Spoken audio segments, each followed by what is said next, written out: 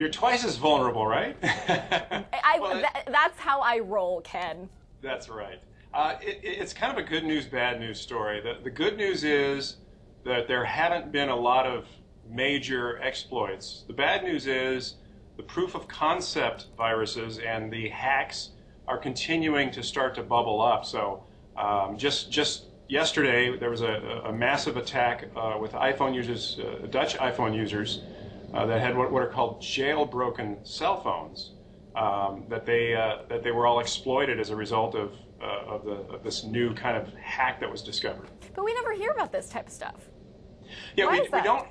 we don't hear about it as much because it's not happening in great numbers. Primarily because these cell phones, I mean, Apple's iPhone, the BlackBerry, they're kind of closed systems. They're kind of locked down. So, for instance, a standard iPhone, the only way you can put an application on is through Apple's App Store, right? So Right. they check everything out, and so the people that are jailbreaking these to break the bonds from Apple are exposing themselves. So you're going to start to hear more and more about this openness that people are yearning for on the cell phone platform. That's also going to open up the opportunities for these bad guys to start infiltrating. Okay, so I'm clearly living on the edge, as you told me, with a BlackBerry and an iPhone. What kind of mistakes do smartphone users make? Is there anything that I could do to protect myself if I'm scared, which I'm not, by the way? You shouldn't be.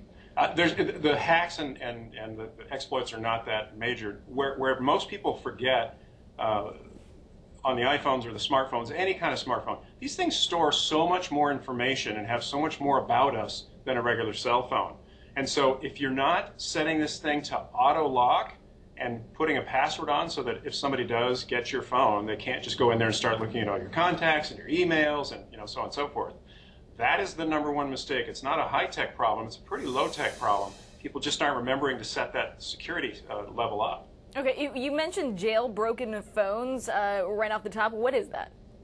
A jailbroken phone is one where you specifically break the bond that Apple has on controlling what you can put on your phone. And the reason people do that is there are third-party applications that are not blessed by Apple that people want. For instance, before the 3G came out, the ability to do streaming video through a jailbroken phone was available kind of in the wild out there, the open source community. But unfortunately, when you do that, you're also exposing yourself to all of the other things that are going on, like this Dutch exploit that occurred yesterday. The only time that you'd get hit is if you have a jailbroken phone, so you really got to be careful about what you're doing with these phones these days. Okay, also on the list of your prescriptions for the week, phishing scams are more likely to fool smartphone users. Why is that? Yeah, that is the biggest exposure you have with a smartphone, is if you fall for a phishing scam, it has nothing to do with viruses or hacking.